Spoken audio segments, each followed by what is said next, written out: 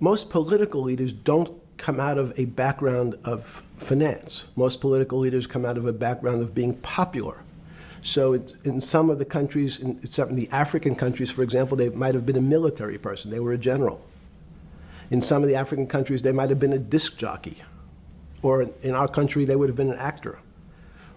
The knowledge of money isn't, they don't have expertise, they have no degrees in finance. They really, and this is one of the major problems, their expertise, if they have any financial knowledge, is of their own checking account or bank account and filling in their own taxes. So many world leaders who don't really have a financial underpinning make fundamental errors when it comes to money on a country or institutional level. Let me give you an example. If you, Mr. Bannon, if I said your assets increased last year, you'd say, that sounds pretty good. And I'd say, what does that mean to you? You'd say, well, I have more money. I guess I'm wealthier. I'd say, yes. And if your debt increased, would you feel wealthier or poorer? You'd say, well, I don't want to have increased debt. I don't like the idea of that sound, increased debt. Now, that and world leaders understand when their assets go up, they feel better. However, institutions like banks, things that people don't really understand are financial underpinnings of banks. When I say your bank, Mr. Bannon, you have the Bannon Bank, you doubled your assets. Sounds good, but what does it really mean? It means people owe you more money. You don't have any more money. What? Yeah. A bank's assets are how much it is owed by other people. That's crazy. So if the bank goes from $2 billion of assets to $10 billion, it means people owe it an additional $8 billion, but their assets have gone up. So the terminology of assets and liabilities is different for banks. It's not natural. And what most people, and you ask questions about world leaders, there's many people, I think your old boss Mercer understood, there's a fundamental part of money which is called fractionalized banking. And fractionalized banking is something that finance people understand, and the people on the street, and when I say people on the street, that's where I was when I started on Wall Street, would find it impossible to believe. Impossible. Why? Bannon Bank, I give you $1, just one single dollar. In our system of banking, I would say, okay, Steve, I gave you $1. How much could you lend out to your friends? And your natural reaction would be probably something less than $1 because I want to keep something in my pocket. The way our system works is if you as a bank are holding my dollar, you can lend out an additional $8 or $9. No, it's impossible. I only have $1, Jeffrey. We have something called fractionalized reserves, which is if you have 1, you can lend out 9. That's the way our system works. And so not only do world leaders not understand banking, but the man on the street, my father who worked in the park department, it would be beyond his imagination that people could lend out more money than they actually had in their pocket. It's a pretty crazy statement, even from Jeffrey Epstein, to say that of all the things that the big finance people, Alan Greenspan, whatever, don't understand is fractional reserve lending. That's literally the bread and butter of all banking.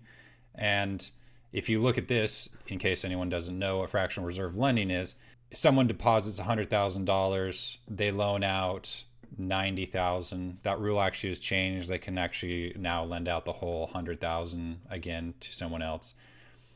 That person then deposits it in the bank, and then they lend it out again, right? In this case, they're assuming there's some sort of reserve of 10% so that it doesn't get infinitely expanded, so that the same $100,000 doesn't turn into literally infinity, right? Because that compounds the risk. Because if one person fails, then the domino effect, the money isn't there as collateral. If we actually take Epstein on his word that that's really what his expertise is, there actually might be quite a bit of truth to that, which is the difference here is this $90,000 in this example that this person pulled out a loan and has, that's really liquid. As in, you can sell it.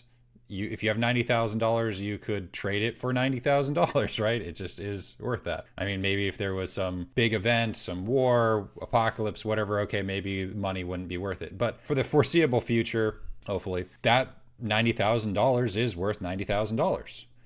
So what if this person took this money and bought an art piece with it? Let's say they paid $1 billion for whatever, some Andy Warhol, for example. And then they take that and they go to another bank and they use that as collateral to pull out another loan. So fractional reserve lending is already a terrible idea. It collapses societies. But if you add in illiquid assets, right? Like, it's fine if it's a house, it's liquid, everyone needs a house. But if it's a piece of art, right? Some Andy Warhol, like, is it really worth $1 billion? Probably not, right? And the actual market for art is like $2 trillion. And if you take someone like Scott Lynn, it says his goal is to securitize that $1.7 trillion, right? What would happen if it was securitized, right? Well, then you could sell those loans to other people. And there's other ways that you can basically offload that. Because if you have a painting, it's only worth what someone will pay. How many people really have $1 billion or even several million to buy an Andy Warhol? Then if you bought it, likely you could never get rid of it for that same price, right? There's only a handful of people that could afford $1 billion or multi-million-dollar painting. And so you would trap yourself in that art.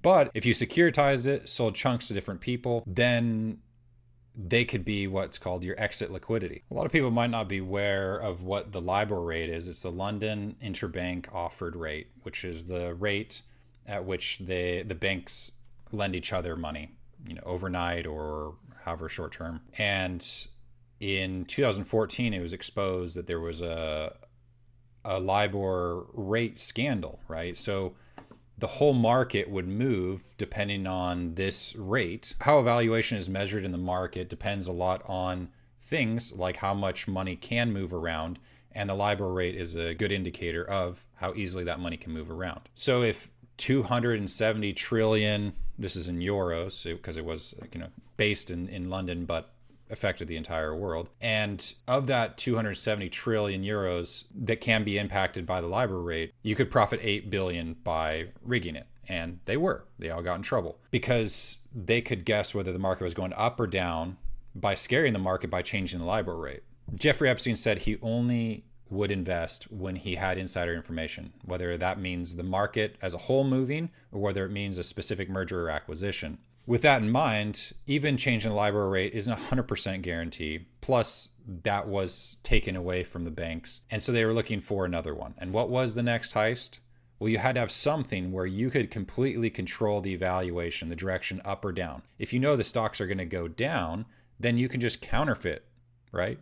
You can sell as many fake shares as you want, and then when the price goes down, you can close those positions. The market you could control the most is the most illiquid market, especially if you control the evaluations, which is the art market.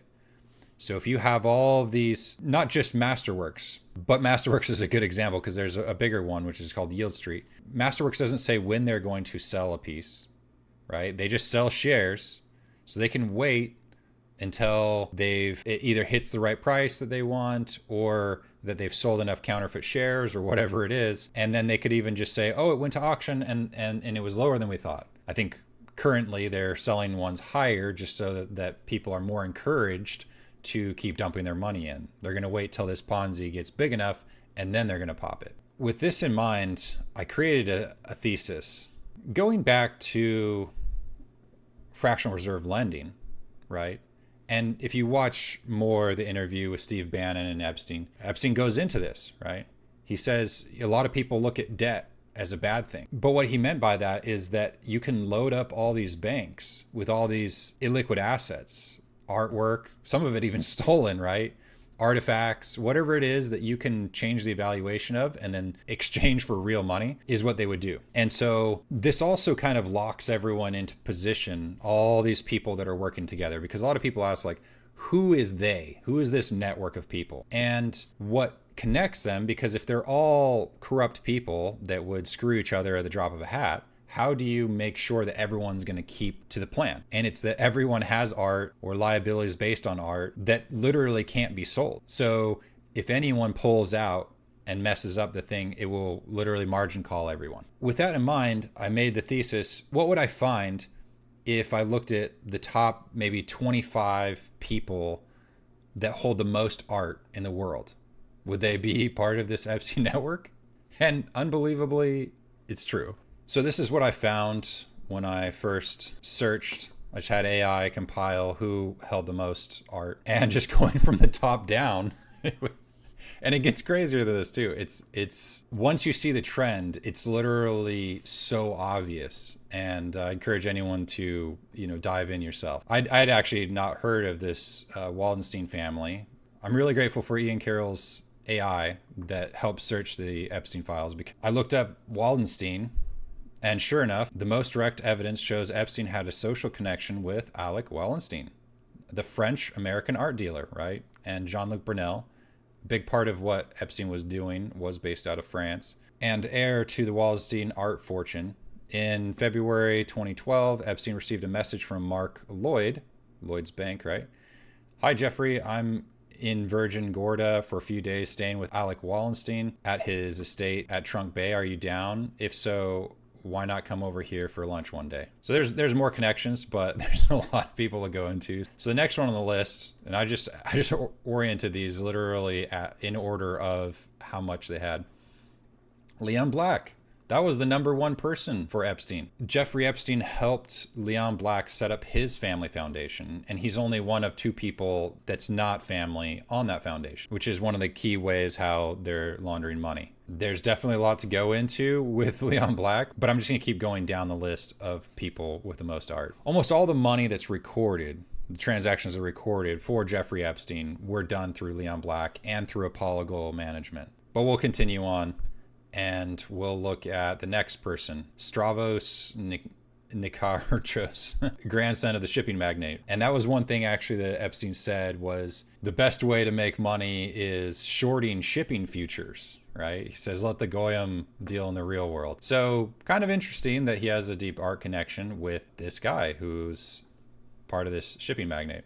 And if you look into it, there's a lot there. Epstein emails Stavros about meeting up in New York. Stavros, are you in NY? I'd love to catch up. I have a new place in the big city. Best, Jeffrey. There's definitely more going on, but we're so far 3 for 3 of the people who hold the most art in the world. Here we have David Naman. You can see he shows up, appears in Epstein's contacts list and correspondence. In 2006, Epstein made a $50,000 payment to Heli Naman Gallery, Inc. And David Geffen. Definitely, if there's a rabbit hole to go down, the Leon Black one is good, but the David Geffen one is definitely very important to how this story works out. One example, just to show their level of connection, I can see Geffen's boat off my island, send him an email and ask him if he'd like to come to lunch. Siegel forwarded the invitation to Geffen, who responded, I'm on Diller's plane returning to New York. We would have been delighted to, but can't. Perhaps next time we are in the neighborhood. Ellie and Edith Brode also show up in the Epstein files. Didn't dig too much into them yet because there's a ton of people. Steve Cohen, big hedge fund manager, shorted and distorted GameStop, actually. A lot to go into there. He was the one in the VH1 promo about Jeffrey Epstein that was on his plane. A lot of people don't recognize his face, but if you watch that promo, it literally shows him when it's talking about the hedge fund managers that Epstein was working with. The next one on the list is the Penault family, which they don't show up directly in the Epstein files as much, but that's mainly because Epstein wasn't always the go-to guy for everything. He just was a fixer, a networker in certain circles. There was other ones that were adjacent but also connected. The Penalt family is mainly connected, I guess, through the Richard Branson B team, but also Ghislaine Maxwell has her own network, which he is a part of. That network is called the Council for Inclusive Capitalism. So anyone who talks about Epstein but doesn't mention the Council for Inclusive Capitalism or the Robin Hood Foundation, you should ask why they don't mention those, because they're very central to what is going on. We can see here that Francis Henry Penalt, CEO of Curring, and the representative of the family holdings, is a member of the Council for Inclusive Capitalism. Not only that, but he's one of the few guardians of the whole program. So definitely key to what Epstein and Ghislaine were doing. So next we have the royal family through Qatar, which he was connected with, and in the context of art. I didn't dig super into that one. Then we have Antonio Bellani, the LVMH executive. So Louis Vuitton, also another France connection. 2004 emails mention Arnault's son inviting people to dinner at his parents' boat. These emails were sent to Jeffrey. Anyway, they have lots of connections, but I think that in some ways they're higher than Jeffrey. Next one is Ken Griffin, right? So what do you know? The main person, Stephen Cohen, who was shorting GameStop, and then you have Ken Griffin, who turned off the buy button during the big GameStop squeeze. They both have tons of art. There is a lot of overlap through Tom Pritzker, who, again, I think he's one of those people that in a lot of ways is higher than Epstein, that he would have to more so answer to. The Pritzkers were the ones who put Obama and almost put Kamala into the White House. Pritzker was talking to Ken Griffin about hiring Catherine Rumler. And you see some talk about them meeting up. We don't have confirmation whether they did, but it's very likely that they did. All right, next on the list, Roman Abramovich and Jeffrey Epstein. They have lots of documented interactions. I didn't dig too deep into that, but I'm sure there's a lot there. Mitchell Reyes. This one's interesting. I actually didn't dig in super deep, but a few things I found pretty quickly was just that his wife is literally CIA, which is definitely a connection throughout this whole thing.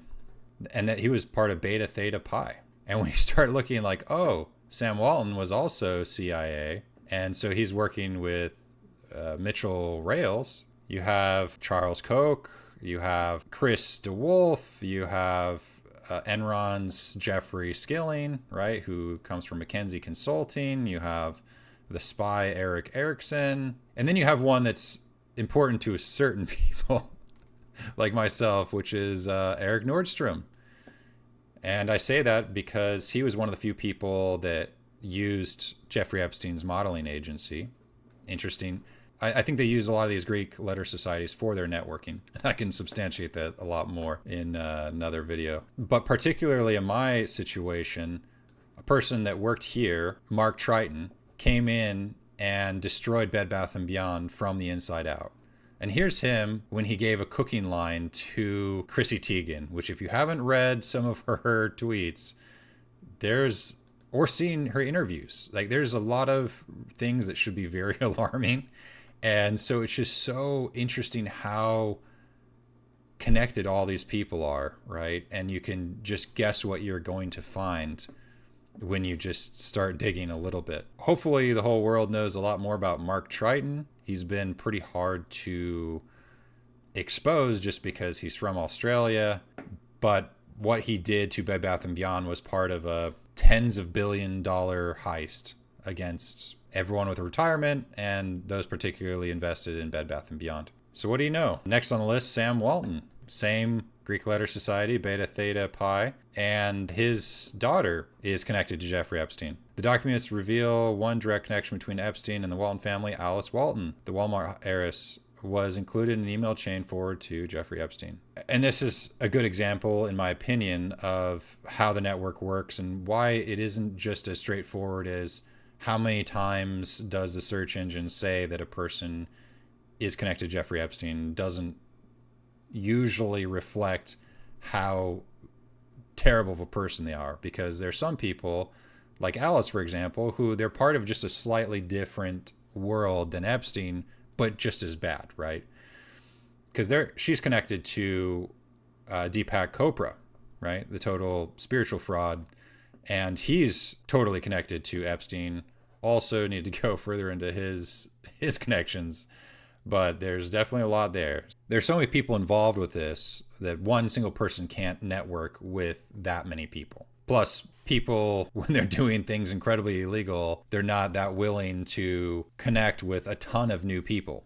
So they connect with their circle they know, and then they leverage the people they know and their circles. This one is very fascinating. Paul Allen, because he was the mentor or rapist, I guess you could say, of Bill Gates, right? He was a lot older than Bill, and he was the one who mentored him and gave him his start at Microsoft. And he just happens to have a painting.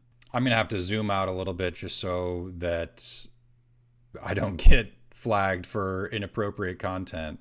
But if you look up Paul Allen's most expensive painting, it's literally this one that looks oddly like Bill Gates when he was a kid, and you can see the age gap, and it just literally looks like a nude picture of Bill Gates when he was a kid.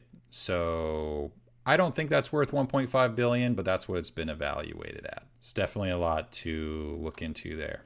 Next is the Pinto connection. I've been compiling this for so long that I actually don't remember what I figured out about a lot of these people, but he was next in line as far as most artwork held and connected to Jeffrey Epstein, right? Pinto's assistant, Gene Phillip, responded, Mr. Pinto will call Mr. Epstein as soon as possible, right?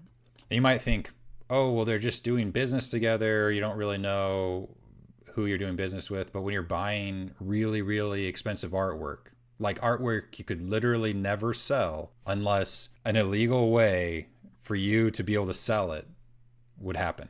And one of those illegal ways is literally insurance fraud, right? So you insure the painting for $1 billion or whatever, and then it gets stolen or your house catches on fire, and then, oh, what do you know? You can cash out. So there's lots of ways that this whole scheme works, and no one's going to be buying certain levels of art if they're not in that club. Speaking of that club, Alicia Keys. Here's another example of how someone's not directly in the Epstein sphere, but still connected to the same ultimate group, which is her connection to P. Diddy and Clive Davis. Again, you have the same sort of setup. Clive Davis, just replace Clive Davis with Paul Allen and P. Diddy with Bill Gates. And that's the same sort of weird sexual mentorship thing that these people tend to be doing. This wasn't just like a small connection. This was definitely a big one. So she's probably just being used, her name, to be able to launder this money for them. But either way, it's part of the same corrupt system. Next on the list is we got Kiran Nadar. Can't remember exactly how this one ties in because there's literally so many people on here, but it fits the thesis. So there's different aspects of this crime. This article from 2021, the wealthy are borrowing billions against their art collections and lenders are reselling the debt. The value of privately held art is estimated at more than 2 trillion and the potential market for art loans could easily top 400 billion. That's a lot of money. If none of those art pieces could be sold for anywhere near what their loan is, then if there was a $4 billion liquidity crunch, right? If someone gets margin called, they have a short position, and the collateral for that short position is some picture of Bill Gates when he's 14, that's definitely not going to work out. There's also many cases similar to this one where they literally sold artwork to multiple people without them knowing, right? If your art is at the gallery, then you sell it to a person, but you sell it to another person. Not exactly sure how all that works, but there's cases like this one. They're almost $100 million just in one instant, one person. So who is the other main person that Epstein was working with besides Leon Black? It was Leslie Herbert Wexner, right? And what was it that he was offering? Well, I don't think it was a coincidence that he was on the board of Sotheby's, who is one of 2 major art agencies that evaluate art. So if you're going to get a loan, you need an evaluation from Sotheby's that that piece of art is worth that amount. And there's only 2. So maybe you can take a guess right now whether there will be connections to Christie's as well. The thing about this network is that it's so enmeshed that every part relies on the other parts. Even if they don't have direct association, when you start to see how it all works, you see that there's people that connect them. So why would he be on the board of Sotheby's, but also be the one to determine where the airline that was trafficking all the drugs for the CIA in the Iran-Contra affair moved after they got exposed? So Southern Air Transport moved to be by Les Wexner. How did Les Wexner even get into this position? Well, it was probably in part through Max Fisher, who was part of Epstein's mega group. And guess what? He was also on the board of Sotheby's, right? So when you start thinking this mega group that Epstein was a part of, and part of it might have been that one person has to have power of attorney of another so that everyone's connected so that no one can mess anything up. I'm pretty sure Alfred Tubman is actually one of the main people that actually it was Alfred Tubman who introduced Leslie Wexner to Sotheby's. I forgot about that. They're also connected. That's probably how Wexner got into the mega group, because Alfred Tubman was CEO of Sotheby's. Max Fisher and Alfred Tubman are connected through, they're partners for this Irvine company. And what do you know? Alfred Tubman, he's part of Zeta Beta Tau. And you start looking, oh, what do you know? We already talked about Stephen Cohen, right? And then you have Doug Morris. He's the CEO of Universal Music Group, which obviously is connected to the whole P. Diddy world and all that stuff. Stephen Cohen, weird guy. Can't remember why he's weird, but he's weird. You have Jack Warner, one of the original gangsters. You also have Michael Ovitz, who was high school friends with Michael Milken, the junk bond king, right? So this was another way that they were moving money from systems to systems.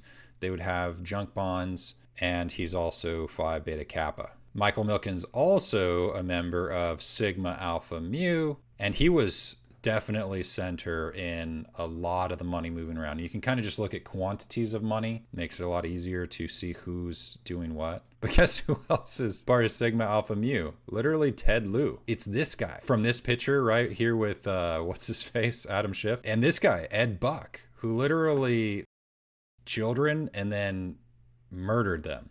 You have Neil Bloom. He's also one of the ones that was helping Obama and Kamala get into office. And going back to Alan Greenberg, it's interesting because we got here through a Greek letter society that the person that gave Les Wexner his start is a member of. And we find out Alan Greenberg, he sent his children to the Dalton School where Jeffrey Epstein was a teacher and Donald Barr was the headmaster, right? So now you have the art world, his connection to the art world, and connection to the CIA. Again, why are they so connected? That's super weird. What should our CIA have anything to do with the art world? And both of these people, Alan Greenberg and Jeffrey Epstein, are connected through the UJA. In particular, it's kind of funny is that the Jeffrey Epstein sponsored people to go to a dinner that was honoring Howard Lutnick. There's a lot more about the Dalton School that's interesting, but probably, well, except for that, I guess, Anthony Blinken and Anderson Cooper, right? Both went there.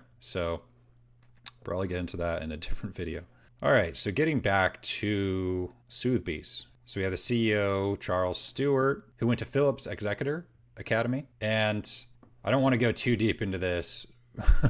Okay, maybe I should actually a little bit. So Phillips Executor and Phillips Academy, they were both started by the original slave and opium and alcohol traders that were early in the founding of America. So you'll see a lot of that power stays in these schools and the universities that they started, because these are all feeder schools for those Ivy League schools. The Ivy League schools are really, really corrupt. One just theme that I'll throw out, I guess, really quick, besides just the Rockefellers, which is always a theme, important theme, is Peter Orszag, who went to Phillips Executor, and he's the CEO of Lazard. And he also went to the London School of Economics and Political Science, which was founded in connection with the Fabian Society by the Rothschilds as a way to push Marxism. And it's insane to me. Their little logo is literally a wolf in sheep's clothing.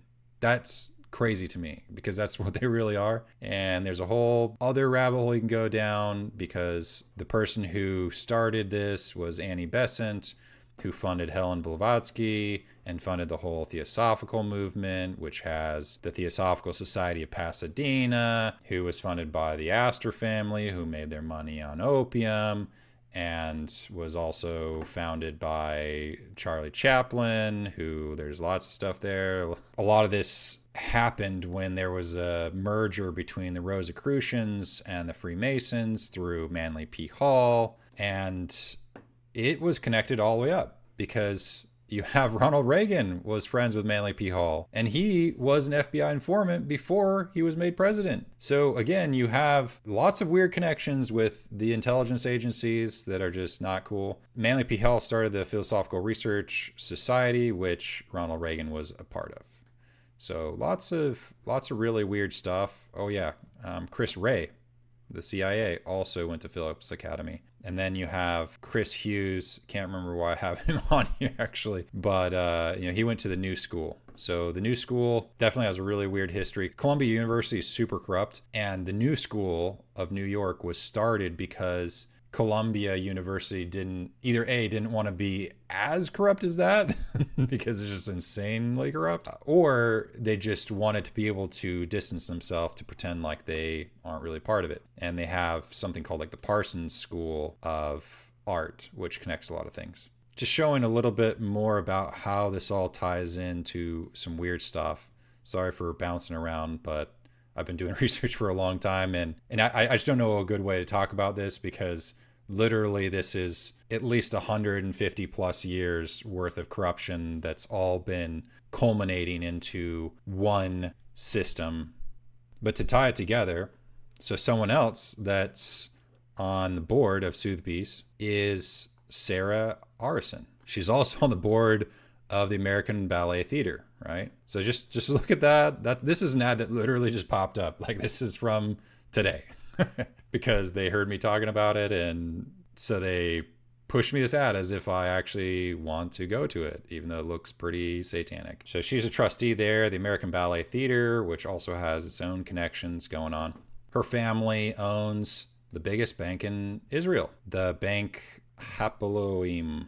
They have operations in the Cayman Islands, and they got busted recently for hiding like $8 billion worth of money. It's also kind of interesting because this is her mom. This is Lynn Arison, who got the presidential award from Obama, which every person that got the presidential medal from Obama is likely either a pedophile and very likely at least a drug trafficker.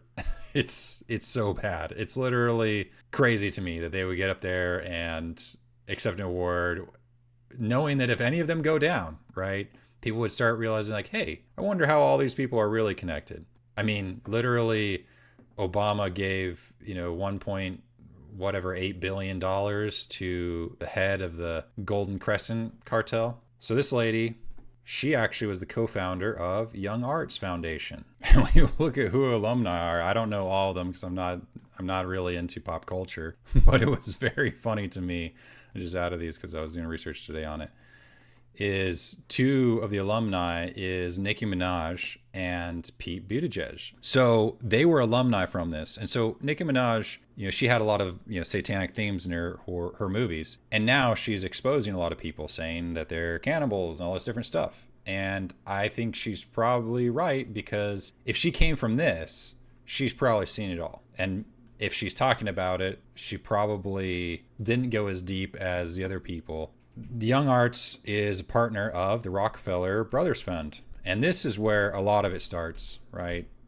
Who controls our world has a lot to do with the Rockefellers, and they control it a lot through art, right? They founded the Museum of Modern Art, which connects a lot of things. And Young Arts and the Museum of Modern Art collaborated to sponsor students to do a Marina Abramovich type of spiritual whatever. This is her, like, topless, literally. I mean, no one wants to see that anyway. But this is her at the Young Arts Foundation. So you kind of see this occult theosophical crap and the art world and the CIA all in one, always connected, and connected through the Rockefellers, the Rothschilds, right? It's the same theme over and over again. So that's why Jeffrey Epstein in those emails said he works for the Rothschilds. And there's other groups like Goldman Sachs, JP Morgan, Deutsche Bank, all those that he works for as well. Probably even more so than the Rothschilds, but ultimately it's the same group. And guess who also is on the board of the Museum of Modern Arts? Leon Black. It's a small world. And that's something people don't even really typically talk about because it's hard to know why that's so important until you start putting it all together. So now that we've talked about Sotheby's, let's try Christie's, see if the pattern holds up. And just because they're far away on the chart doesn't mean that they're not super connected. I actually, is the Arison family. She's actually also on the board of Christie's. I forgot about that. So who's the owner of Christie's through Artemis? Oh, what do you know? It's Francis Pinault, right? Is anyone shocked? Like, it's literally insane. So that means that this guy could basically determine the evaluation of any piece of art. So he could get any size loan he wants. You could literally duct tape a banana to the wall. This guy could say, that's worth $1 billion. You could go to JP Morgan and get $1 billion loan, right? So that's how this whole scam works. And everyone that's connected to it, they might be dumb, but they're connected to it. So when you see the major thesis, then you can kind of go off on little branches, which might not seem as significant. You see people like this guy, Jason Pollock, and no, he's not. Actually, I don't know if he's the one. I don't know if he's related to the guy who sold nuclear secrets to a foreign country. But it's interesting that he's vice president of Christie's, but also came from Skadden, Arps, Slate, whatever, this one. And it's interesting because these law firms, that one and Paul Weiss, are central to this whole thing. When you start looking into it, you're like, okay, well, who else is kind of important here? And it's a guy named Robert S. Peary.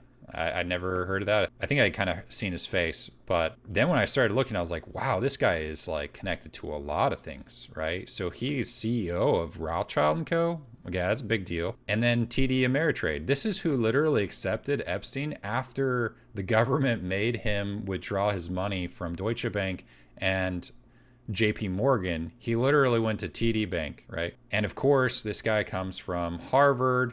He got his bachelor's and his JD from Harvard. He was a senior director at Bear Stearns, I think at the same time where Jeffrey Epstein got his start. And what do you know? He has connections to the Army. So you're going to ship around a lot of drugs. You have to make sure you're good with the people that control all the waters, right? So Rothschild & Co., there's lots of connections through here. You know, one of them is Michel de Carvalho, and he's a Brazilian guy connected to the heiress of the Heineken fortune, right? And they show up a lot in the Epstein files. You go pretty far back into history. You got, you know, when you look at the Rothschilds, you got Jacob Schiff and, you know, even the Japan Society, who you can see how this partnership works. He worked for the Rothschilds.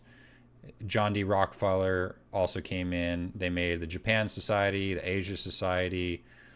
And it's like, what do you know? You're always going to see the same things, like the Brookings Institute, where like literally the Bronfmans are a big part of the Brookings Institute. They literally got in trouble for sex trafficking. They had a sex trafficking cult, right? So it's like not like a stretch or a leap of logic to see the kinds of stuff they do. Like literally you look up Nexium and you can see their sex trafficking cult. So the Asia Society, that gets into the whole United Nations and Ban Ki-moon stuff. You start seeing some odd connections. You're like, okay, we went some weird rabbit holes down weird stuff. He called her to be the U.S. envoy to Haiti, and she's president of the Asia Society. And they both founded the Ban Ki-moon Center in Austria. It's kind of a weird place to put it, right? Because he's like from South Korea, so like, why Austria? And it just gets so weird so fast. You know, then you have the connection with Ronald Lauder. And oh, what do you know? They have an art thing in Austria. And you start looking at the actual people that Jeffrey Epstein was using to do all of his stuff on Wall Street. And this is from the Paradise Papers, where all this money was hidden in the Cayman Islands, right, that we already discussed. And so you see, this was actually the hedge fund of Jeffrey Epstein. It's called Liquid Funding Ltd. And a lot of these people are from Austria. So then you see, going all the way back to, we already talked about Mark Triton, who bankrupted Bed Bath & Beyond. Well, what do you know? 3 months before Bed Bath & Beyond was bankrupted, it IPO'd, or shares started trading, new shares started trading in Austria, right? It's totally insane.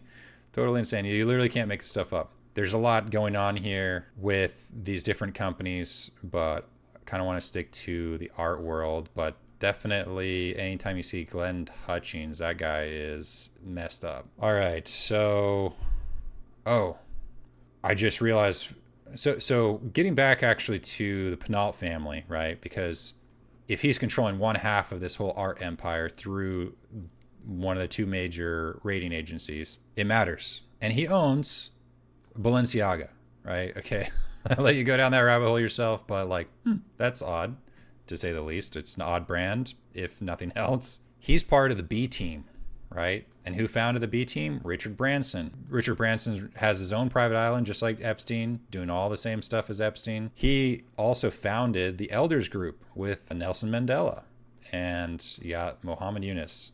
He literally made the app, Grameen America, which does all the money laundering for most of the foundations around the world. So this guy is definitely key.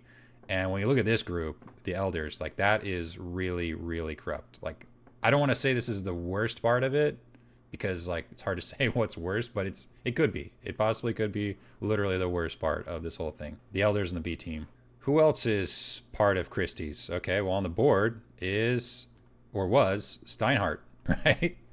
So this is a guy from Epstein's mega group, and he literally stole a bunch of art. In November 2014, Christie's had to withdraw a prehistoric sculpture from Sardinia, valued at over $1 million, put on auction by Steinhardt, and previously put on sale by the notorious and convicted antiques dealer Giacomo Medici. So you got stolen artifacts, art, all this stuff. I looked into Giacomo Medici, pretty interesting. And in 2005, evidence from Geneva raid was used by the Italian government to indict American antiques dealer Robert E. Hetch and former J. Paul Getty museum curator. So J. Paul Getty, he's connected to, we got Gordon Getty, and that's this family, the Getty family, is who, they're the godfathers of Gavin Newsom, right? And it's like literally the most insane thing. And here's from the Epstein files summary. An email chain from May 2019 shows Epstein's assistant, Leslie Groff, coordinating a video call between Epstein and Medici Bank representatives. We plan to invest as angels in Medici Bank with a few friends of Brock. Brock is the crypto guy, right? So I looked up who does most of the insurance for these art pieces, right? Because you can't always pawn it off on someone else or whatever. The easiest way is just through insurance. And there's a lot of ways this could work. I'm not sure exactly how they do it. Let's say that you wanted to buy a bunch of drugs or whatever. You could pay this insurance company a lot of money, and then they could insure a painting. Then the painting gets stolen or whatever, and now that money basically transferred from the people who sold the drugs, which also sold the art, to the person that bought them. I have no idea exactly how this all works. I'd love to see someone else illustrate it. But I know there's a lot of ways when you have control of the insurance company and the art auction house that does all the ratings and all the drug trafficking. It makes it really easy to move some money around. And when you look at the people involved, you can kind of guess what's going on. Another trend I always see, here's the group chief internal auditor is from PricewaterhouseCoopers. So I haven't touched on that yet, but man, they are everywhere where there is fraud. I mean, it's almost impressive at this point. And it should terrify people. Literally, they audit the entire financial system from the banks and brokers, market makers, everyone, and all the companies. And they're based out of London, right? So no one knows what's really going on the balance sheets of our companies, of our banks, of our stock market, except for PricewaterhouseCoopers. And if you look into their history, they're really corrupt. So my guess is if they really did a full audit of the banks, they would find a lot of things missing. There's always the connection to Credit Suisse. Could go on a lot about that. Might be a good time to shout out Doug Sifu. That's where his wife worked. You got John Frederick Nelson from Credit Suisse, also a chairman at Lloyd's Bank. also a managing director at Lazard, also a director at JP Morgan Casanova, which is a partnership between JP Morgan and Lloyd's Bank. One bank, just because it acquired a management arm of this, which is Schroders. But during the American Civil War, Schroders issued $3 million of bonds for the Confederacy to support slavery. Kind of interesting when you just see how this is all connected. When the people that totally love slavery are the ones controlling all the financial assets of the economy of the entire world and the justice system and all the governments, maybe it's something to worry about a little bit. Kind of interesting to find Berkshire Hathaway here. And this is a part that is crazy to me because Warren Buffett has gotten a really good name for himself, even though I don't know a single good thing that he's ever done. He was a shyster to begin with, literally made his money off of this whole coupon scam thing that he did. And then when you look at the nonprofits that his kids do, it's the weirdest thing. It's literally so weird. So first off, literally the Howard G. Buffett, this is his son's foundation. Okay, what do you think? This is the front page. I literally didn't put this picture in here. I just took a screenshot. What do you think they do as their foundation? So they literally have in Afghanistan and in Colombia, that's two major places that their foundation works. And they try to help the farmers that either farm cocaine or opium. They help them consider other options to be part of the capitalist market, right? So they just happen to be able to stay in communication with all these drug lords and not have anyone ask any questions. Also, maybe drive their yacht over and say hi. So it's literally insane how obvious it is that they're literally part of this. Why would they specifically help the two major drug places? You can't make this stuff up. It's literally insane. Part of that is actually the Ukraine Foundation, who gives an award to Nancy Pelosi and Mitch McConnell. That guy's not even really alive. He's a corpse. The people are literally walking around.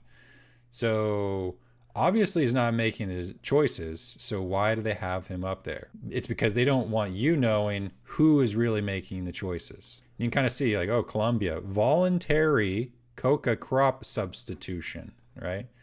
Mexico, which a lot of the drugs come through Mexico. Large-scale purchases of Ukraine grain. Okay, so who's probably wanting all the war going on in Ukraine? Who else is part of this? Let's see, this Ukraine Foundation. You got Rinat, First Ukrainian International Bank.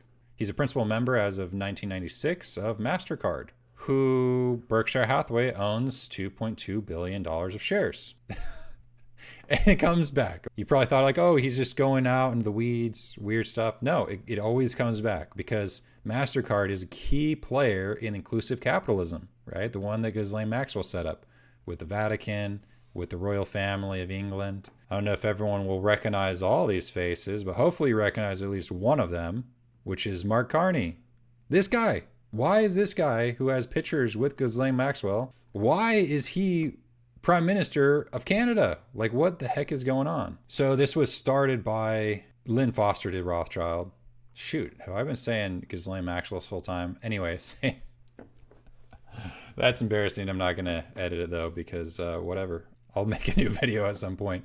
Actually, no, actually it was. It was a lot to do with Ghislaine. But the main person, I guess, heading it up was Lynn Foster Rothschild. But she's the one who gave Epstein a house and all this other stuff, and she works for Bronfman Rothschild, right? All these different, it just keeps coming back. And I actually forgot a whole part of this. I almost just skipped over because Lynn Foster Rothschild, well, she's on the board of the McCain Institute for International Leadership and Council on Foreign Relations. That's super, super corrupt. And Chatham House, those are probably two super important ones to know about who's pulling the strings. So all these people are part of this Council for Inclusive Capitalism. So William Lauder, Brian, anyway, the chairman of Bank of America, this dude literally from the Ford Foundation and the Rockefeller Foundation, Darren Walker. We got Peter Orszag again, Sir Ronald Cohen. Anytime they're knighted, that means they're definitely trafficking, drugs, probably children. CalPERS, she's in charge of $380 billion worth of government retirement funds. Definitely going to do a whole video on that. A lot needs to be said about that. And then you have the treasurer of the state of California. She has access to $2 trillion. State Street, obviously corrupt. Literally the chairman of DuPont, Temasek, right? It's like, that's actually, so you might see this and think like, like, how significant is it? It's like, well, actually, this is very significant. Temasek is part of the Sovereign Wealth Fund of Singapore, just like GIC. And this is where Jeffrey Epstein went. Jeffrey Epstein and Bill Clinton visiting Singapore. These are the people that he went to go visit.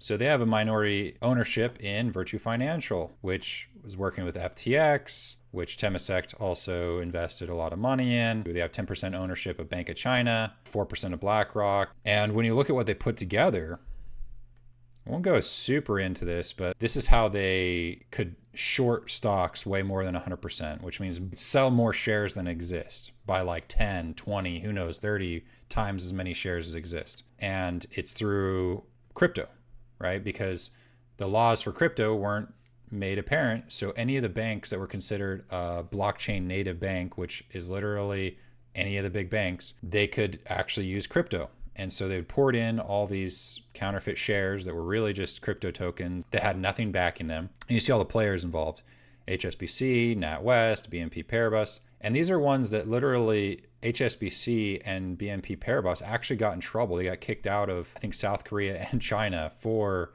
how much they were counterfeiting shares. And a big part of this is WeTrade. So WeTrade, you have Deutsche Bank, HSBC, Societe Generale, which was one of the main banks that Epstein was working for. UBS, always in the center of the corruption, like probably literally the center. I say that a lot, but like literally, like there's a lot of people in the world, so it takes a lot of organizations. And IBM.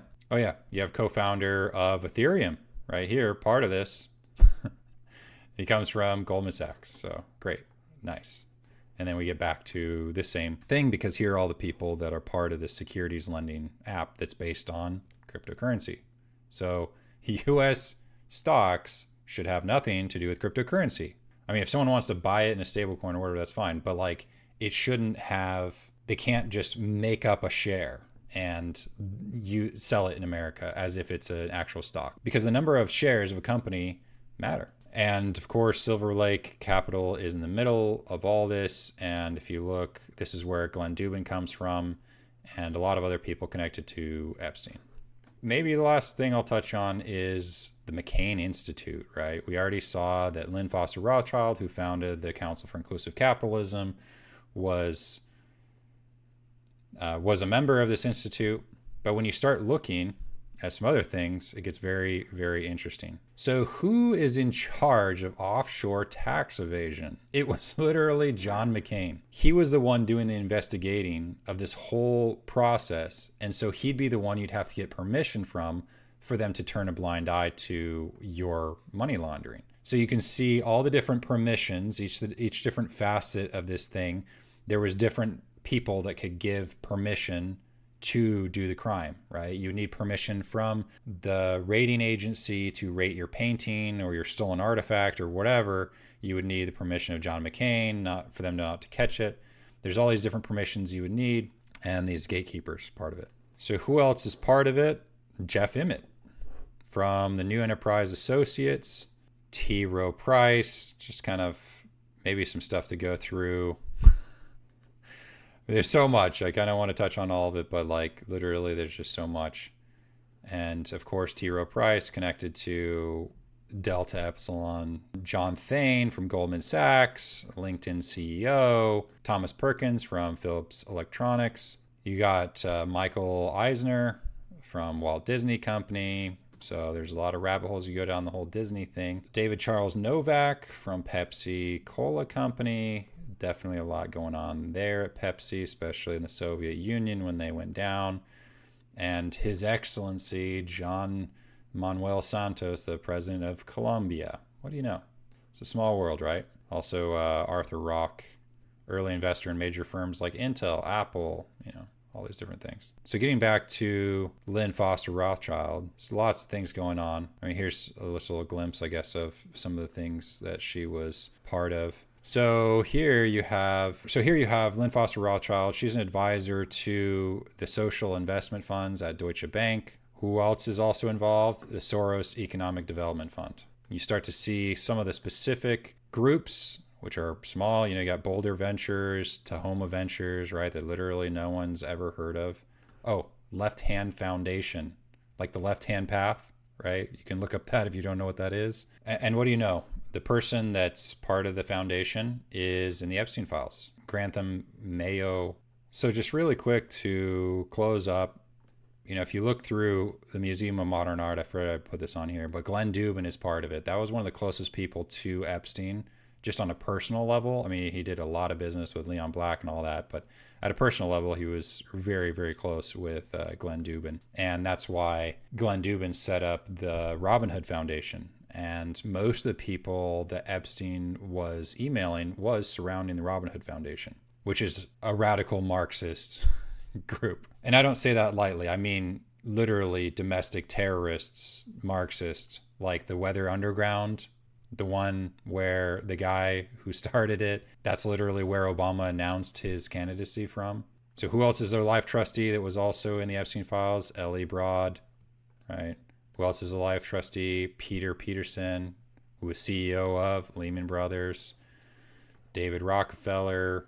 His in-law is CIA, John Foster Dulles, right? So it's like, you got basically a person who founded this art institute, and his brother-in-law is CIA. So where did this money come from? Well, it's the same group. The president, Marie Jose Kravis. So this guy, Henry Kravis, KKR is super, super corrupt. They all came from, can't remember if it was Bear Stearns and Lehman Brothers when it blew up. She's a senior fellow at the Hudson Institute. She's on the steering committee of the Bilderberg Group, who the chairman is this Henry Castries guy. Carnegie Endowment of International Peace, LVMH, General Atlantic, which shows up a lot and is what also connects Doug Sifu to this all, because General Atlantic was probably the main client of Doug Sifu while he was at Paul Weiss. He's on the board of LVMH and HSBC.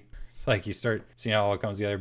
Reid Hoffman is also part of the Bilderberg Group and the Council of Foreign Relations, like all of them. Henry Kravis was also vice chair of the Rockefeller University. Richard Salman, the Council of Foreign Relations, and advises the Rockefeller family. He's also a trustee. He's a trustee of the Museum of Modern Art. And just real quick, here's the Robin Hood Foundation, just to kind of get a glimpse. I'll have to go more in detail. These connections are very important. Like you literally have Cornel West. And a lot are connected, what do you know? Through another Greek letter society, Omicron Delta Kappa, who connects Wes Moore. This guy is really messed up. This lady, Dinah Powell. Wow, she's a partner at Goldman Sachs, president of their nonprofit. Her father comes from the Egyptian military.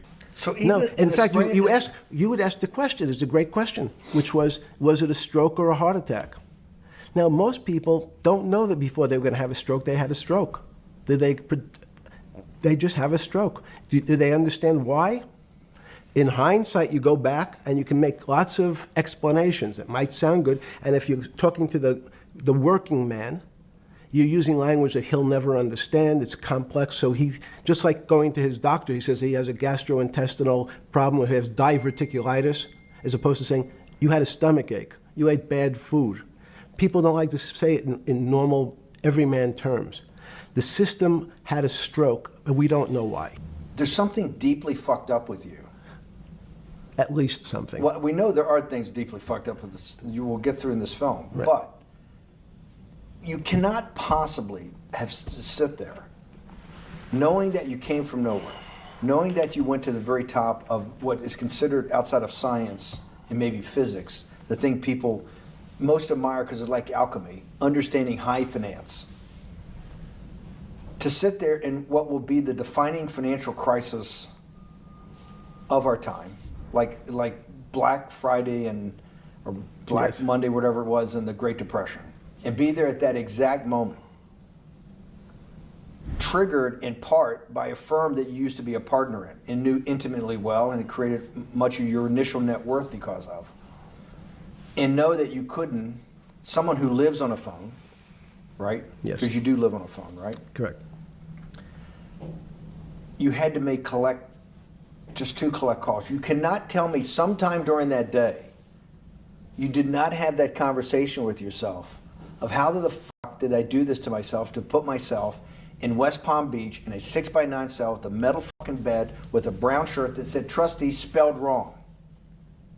So did I find it amazing that I was there? That's a Not better- amazing, and I don't want to say it's not funny. Oh, I thought I wasn't funny. Right. But Not amazing. no, it was incredible. Incredible in what way? This- Incredible, like how do I do this to myself? No. It's as incredible as me sitting here in this house. They are both just 2 sides of the coin. That's how I think about it.